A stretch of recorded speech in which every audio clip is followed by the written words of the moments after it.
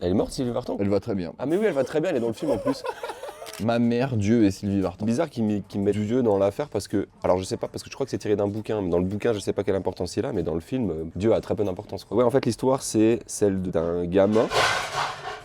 On assiste à un accident du travail. C'est l'histoire d'un gamin donc qui naît avec un pied beau. Tu sais, c'est le pied qui est tordu en fait. Et sa mère, Leila Bekti, c'est une mère juive. C'est un peu le cliché des mères juives. Elle est à fond sur son fils, elle le materne de ouf. Et donc le gamin c'est Jonathan Cohen mais une fois adulte. Hein. Et sa mère refuse d'accepter la nouvelle, tu vois. Elle dit non, mon fils il va marcher, il va même courir. Et en fait elle va aller voir les meilleurs médecins et puis elle va finalement réussir, un peu par miracle, à faire en sorte que son fils, une fois arrivé à l'âge adulte, il marche normalement, quasiment normalement, il va boiter un petit peu. Sylvie Vartan, son rôle dans ce film, c'est que le gamin, en fait, sa mère étant fan de Sylvie Vartan et lui étant méga fan de Sylvie Vartan, elle va avoir cette importance dans sa vie parce qu'à un moment donné, il va se retrouver à devenir une espèce d'expert de Sylvie Vartan et il va faire des interviews d'elle, en fait. C'est un film familial sur la relation entre une mère et son fils et à quel point elle peut l'étouffer, mais à quel point elle aussi, elle fait du bien à sa vie. Ça a de l'intérêt beaucoup pour les acteurs. Bekti, incroyable.